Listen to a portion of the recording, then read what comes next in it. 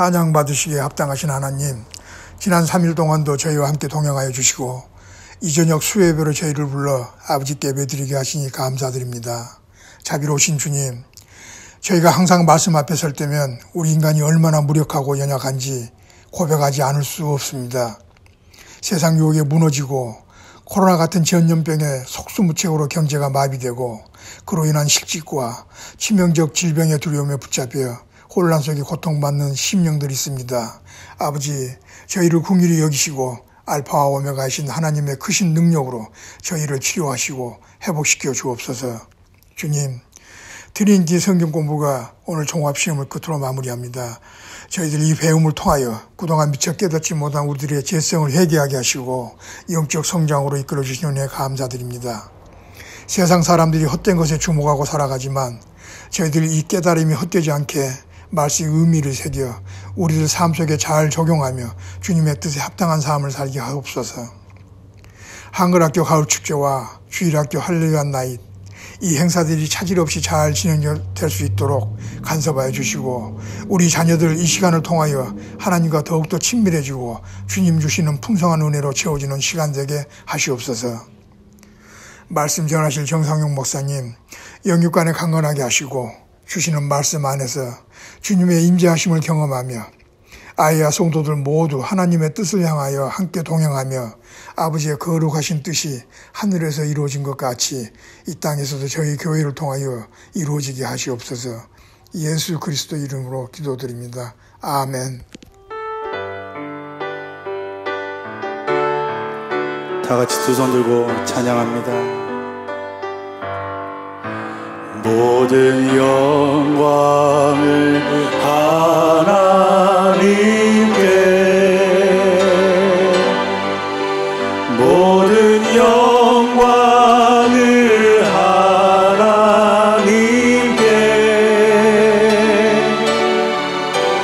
온 마음과 뜻 다해 주 사모합니다. 모든 영광을 하나님께.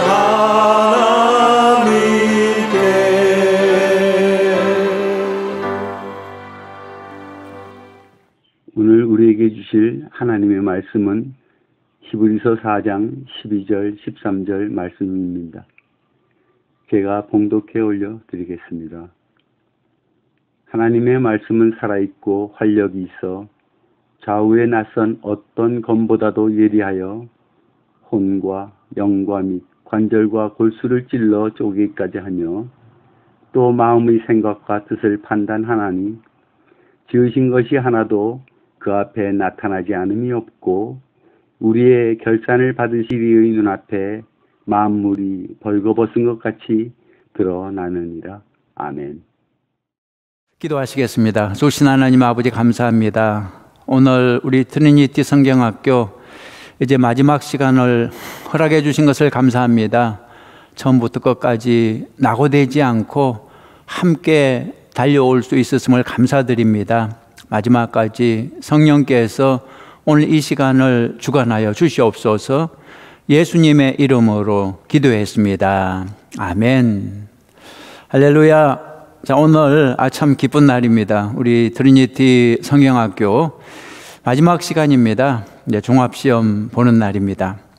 평소에 열심히 공부하신 분들은 오늘이 기쁜 날이 될 것이고, 공부를 열심히 안 한 분들은 오늘이 좀 슬픈 날이 될 것입니다. 원래는 교회에 모여서 시험을 보는 것인데요, 이 코로나 때문에 모일 수가 없어서 온라인으로 시험을 보게 됐습니다. 자, 오늘 시험 보기 전에 복습을 간단히 하고, 그리고 옛날 숙제 중에서 마지막 주관식 문제를 좀 풀이해 드리겠습니다. 먼저 복습을 좀 하겠습니다. 구약의 구조. 유대인들은 성경을 타나카라고 부릅니다. 꼭 일본말 같지만 일본말이 아닙니다.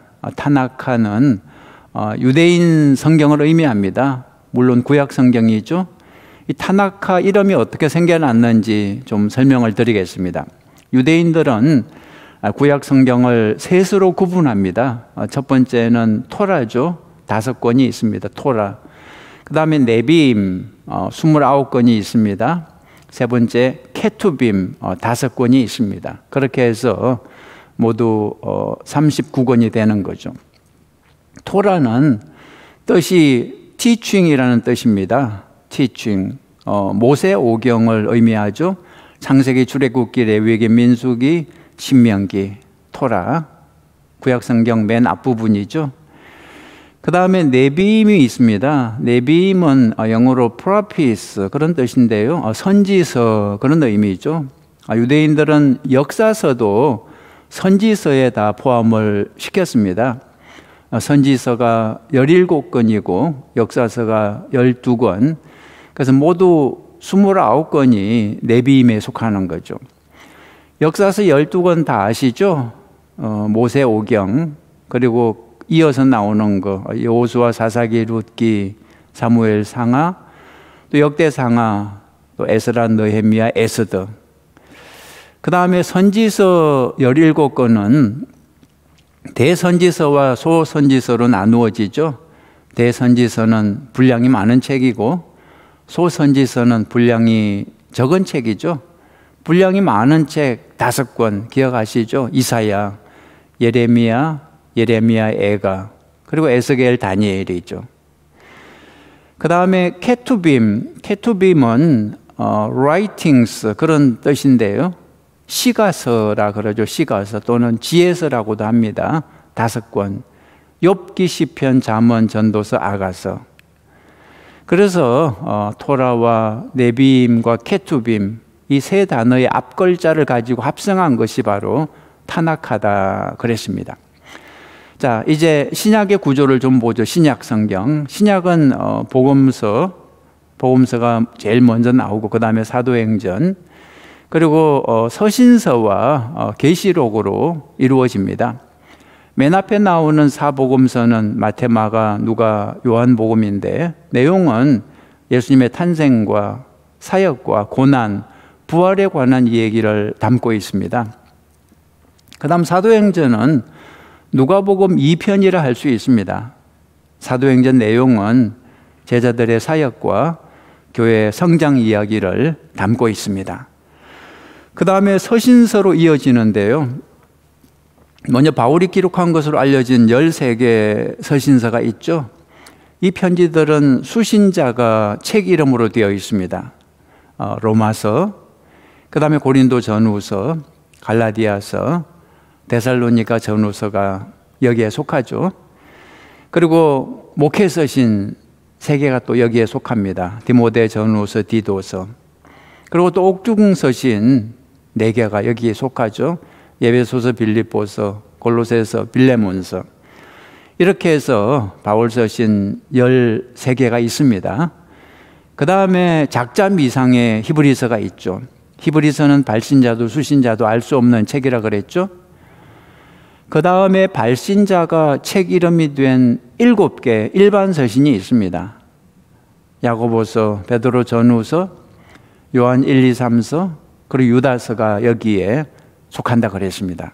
그리고 마지막으로 신약의 결말이자 성경 전체의 결말인 요한계시록이 있죠.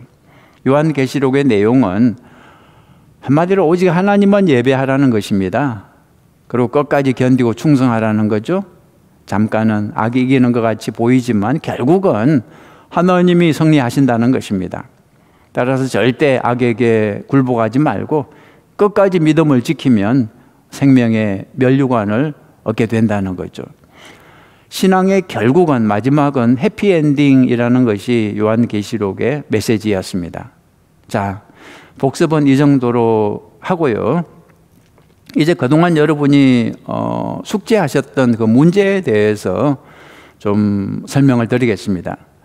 여러분이 숙제를 잘해 주셨는데요. 마지막 문제는 항상 주관식이었습니다. 이 주관식 문제는 특징이 정답이 없다는 거죠. 뭐 그렇다고 답이 없다는 뜻이 아니라 나의 답이 정답이 된다는 뜻입니다. 따라서 남의 답을 찾지 말고 나의 답을 찾아야 하는 거죠. 이 문제에 대해서 간단히 좀 설명을 드리고 시험을 보도록 하겠습니다. 여러분 교재 맨 뒤에 있는 그 숙제, 그 문제를 보면서 말씀을 좀 들어주시기 바랍니다. 자, 1과 문제. 1과 문제에서 제일 끝에 주관식 질문. 트리니티 신약 개관을 시작하면서 가구와 느낌을 적어보라 했는데 어떤 가구와 느낌을 쓰셨습니까? 오늘 공부가 끝나면서 그 가구가 잘 달성이 됐는지 한번 점검해 보시기 바랍니다. 그 다음에 2과 문제 보죠. 2과 문제. 마태복음 27장 32절에 보면 총독의 군병들이 구레네 시몬을 잡아다가 억지로 예수님의 십자가를 지게 했습니다. 이렇게 억지로라도 십자가를 지는 것이 과연 옳은 일일까요? 이런 질문인데 여러분 어떻게 생각하십니까? 억지로라도 십자가를 지는 게 과연 옳은 일일까요? 나는 하기 싫은데 그러나 하나님의 일이라면 억지로라도 하는 게 옳을까요? 어떻게 생각하십니까? 억지로라도 해야 할까요? 아니면 하지 말아야 될까요? 자, 억지로 십자가를 졌을 때 두 가지 결과가 나올 수 있습니다. 첫째는 좋은 결과가 나올 수 있습니다. 구레네 시몬의 경우 억지로 십자가를 진 결과 좋은 결과가 나왔습니다. 어떤 좋은 결과가 나왔냐 하면 예수님을 가장 가까이 만날 수 있는 기회를 얻었죠. 그래서 믿음도 생겼습니다. 그 결과 나중에 온 가족들이 믿음을 갖게 됐고 자녀들이 교회 지도자로 성장을 했습니다. 두 번째는 나쁜 결과도 있을 수 있습니다. 우리 주변에는 억지로 십자가를 지다가 시험에 들어서 교회를 떠나는 사람도 있습니다. 따라서 결론은 무엇입니까? 억지로 십자가를 지는 게 무조건 좋다 나쁘다 말할 수 없다는 것입니다. 어떤 사람에게는 좋고 또 어떤 사람에게는 나쁠 수 있죠. 다시 말해 믿음으로 반응하는 사람에겐 좋은 것이고 믿음으로 반응하지 못하는 사람에겐 나쁜 것입니다. 따라서 억지로 십자가를 져야 할 일이 있다면 먼저 자기 믿음을 점검해야 됩니다. 나에게 십자가를 질 만한 믿음이 있는지, 믿음이 있으면 십자가를 지고 도전을 하는 게 좋습니다. 그래야 더 성장을 하는 거죠. 그러나 믿음이 없으면 억지로 십자가를 지지 않는 게 좋습니다. 내 믿음을 내가 판단하고 결정해야 하는 거죠. 그러나 될 수만 있으면 억지로라도 십자가를 질 수 있는 믿음이 여러분에게 있기를 간절히 바랍니다. 자, 그 다음에 3과 보죠. 3과 주관식 문제 마지막 마르다와 마리아 이야기에서 왜 예수님은 마리아를 책망하지 않으시고 칭찬하셨을까요? 힘들게 일한 사람은 마르다인데요. 이런 주관식 질문이었죠. 자, 마르다나 마리아나 자신이 선택한 일을 최선을 다해 감당했습니다. 마르다는 최선을 다해 음식을 장만했고요. 마리아는 최선을 다해 예수님의 말씀을 들었죠. 누가 잘했다 못했다 따지기 전에 중요한 것은 예수님이 그 당시 무슨 목적으로 그 집을 방문했느냐, 이것이 중요합니다. 예수님은 그때 십자가 죽음을 앞두고 있었습니다. 그래서 나사로 가족과 마지막 시간을 보내고 싶어서 그 집을 방문하셨던 거죠. 나사로 가족들에게 마지막으로 하나님의 말씀을 전하고 싶었습니다. 그런데 마리아는 예수님의 그런 마음을 조금도 헤아리지 않았습니다. 그저 음식 먹는 것을 제일 중요하게 생각한 거죠. 만약에 예수님이 단순히 친교를 목적으로 방문한 상황이었다면 아마도 예수님이 마리아 대신 마르다를 칭찬하셨을 수도 있을 것입니다. 그러나 예수님은 그때 십자가 죽음을 준비하기 위해 그 집을 방문했던 것입니다. 따라서 중요한 것은 예수님이 지금 무엇을 원하시는가, 이것을 알아야 됩니다. 예수님이 원하시는 것을 해드리는 게 정답이라고 말할 수 있는 거죠. 그리고 우선순위도 중요합니다. 무엇이 먼저냐 하는 거죠. 말씀이 먼저입니까? 음식이 먼저입니까? 우리가 주일날 말씀이 먼저입니까? 음식이 먼저입니까?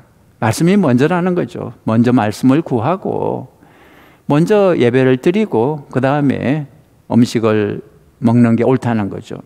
더구나 그 당시 그날의 말씀은 예수님이 세상에서 주시는 마지막 말씀이었기 때문에 더욱더 집중해야 마땅했던 거죠.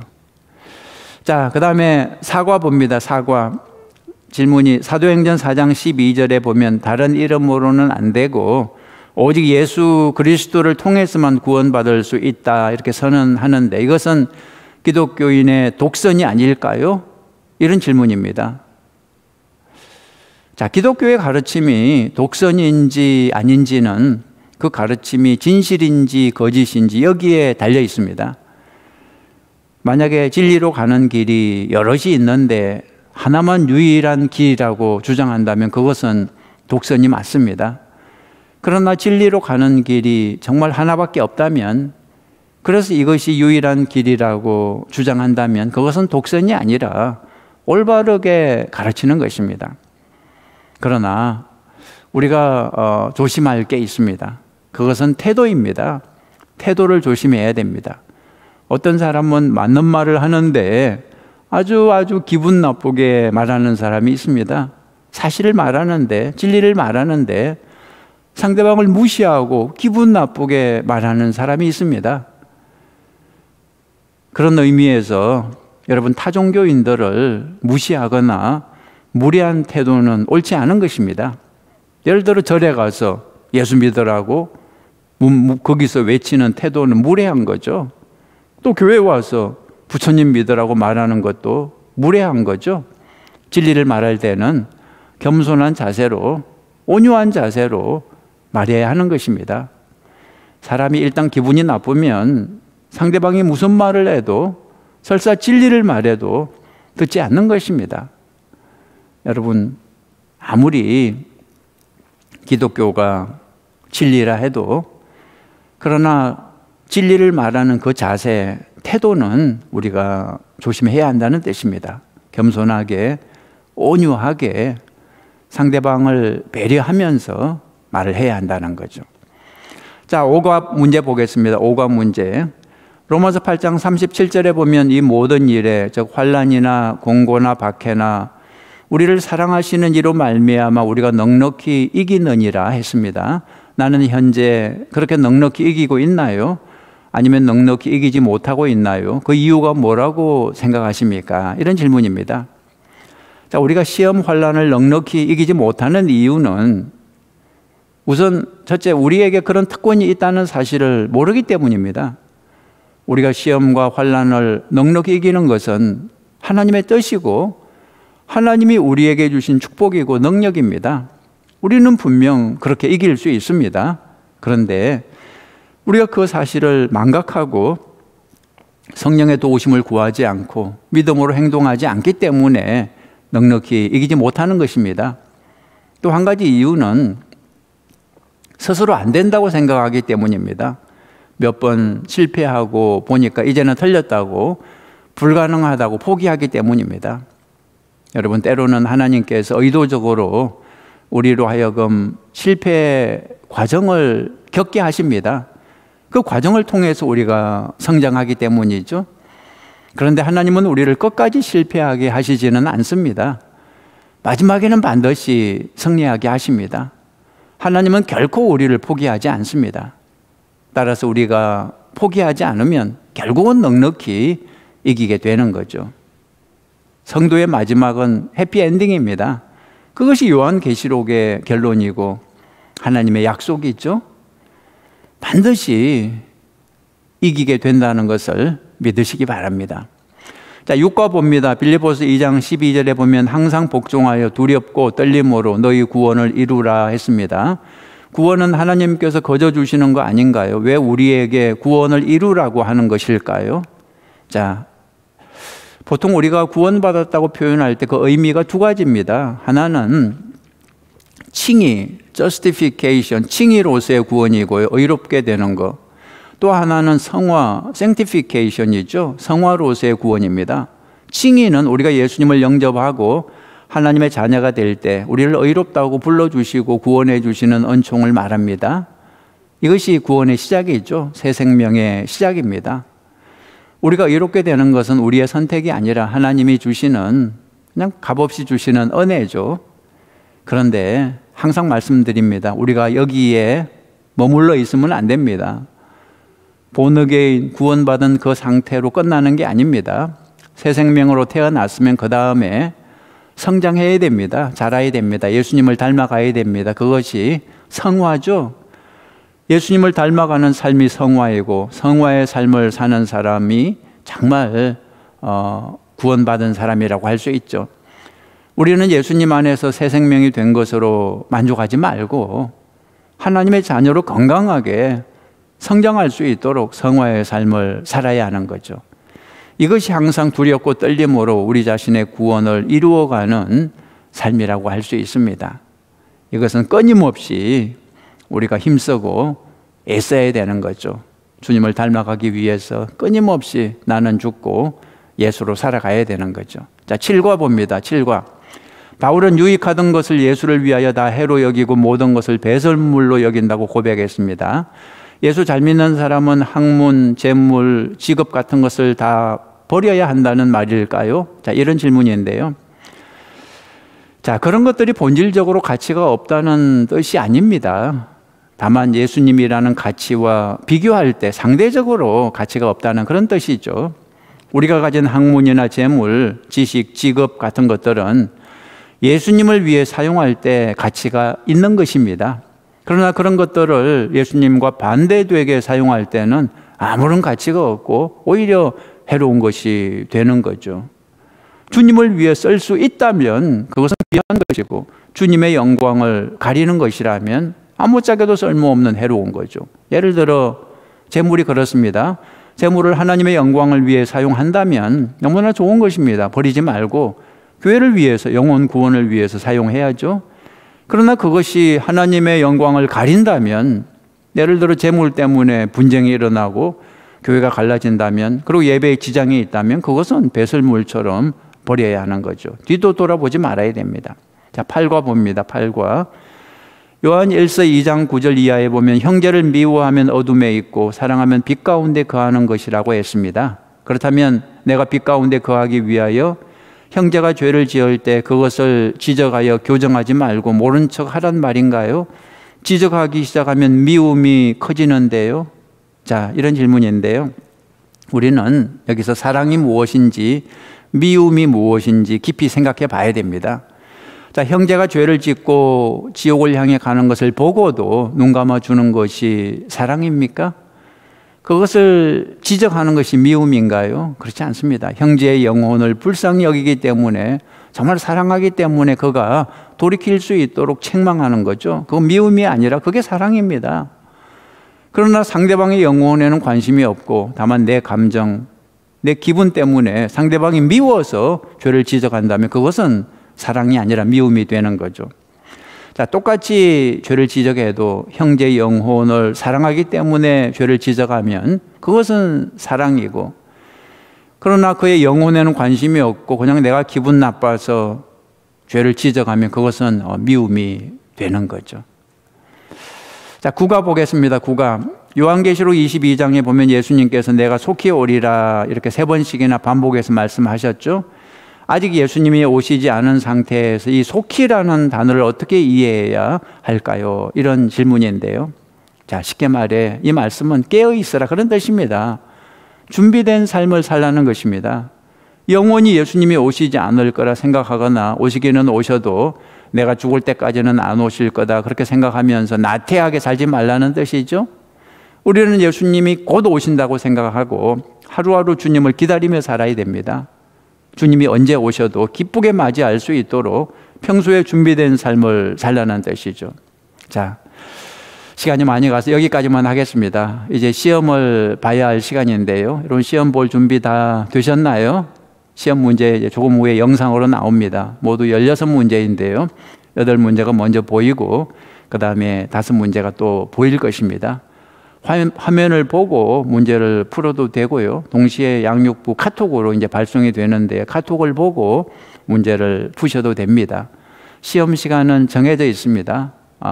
영상이 나올 때부터 1시간 내로 문제를 풀어서 사진을 찍어서 보내주셔야 됩니다.